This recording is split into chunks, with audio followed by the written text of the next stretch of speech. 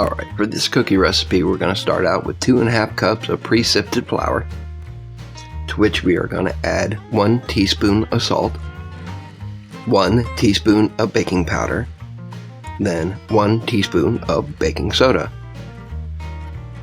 Put all these dry ingredients aside.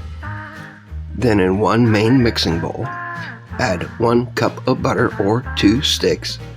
Make sure they are softened room temperature. Then add 1 cup brown sugar, 1 cup granulated sugar. Then cream your butter with the sugar. Mix well. Next, add 3 eggs and a teaspoon of vanilla extract. Mix well. Optional, but I like to add 2 tablespoons of peanut butter at this point. Now incorporate the flour a little bit at a time and mix until it's well incorporated. Lastly, but most importantly, we're going to add the chips. First, chocolate chips. I'm using Nestle, but Hershey's or Off-Brand work just the same. And next, what I think makes these cookies pop and really taste good are these Reese's peanut butter flavored chips. I just love the entire peanut butter chocolate thing.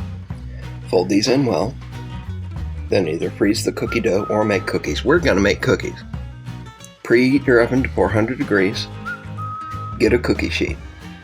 I'm lining mine with parchment for easy cleanup.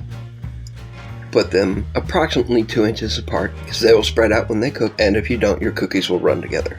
Now put them in your preheated oven for approximately 10 to 12 minutes, and voila, Reese's peanut butter and chocolate chip cookies. Please like and subscribe to my videos, and I'll see you on the next Randy's Family Kitchen.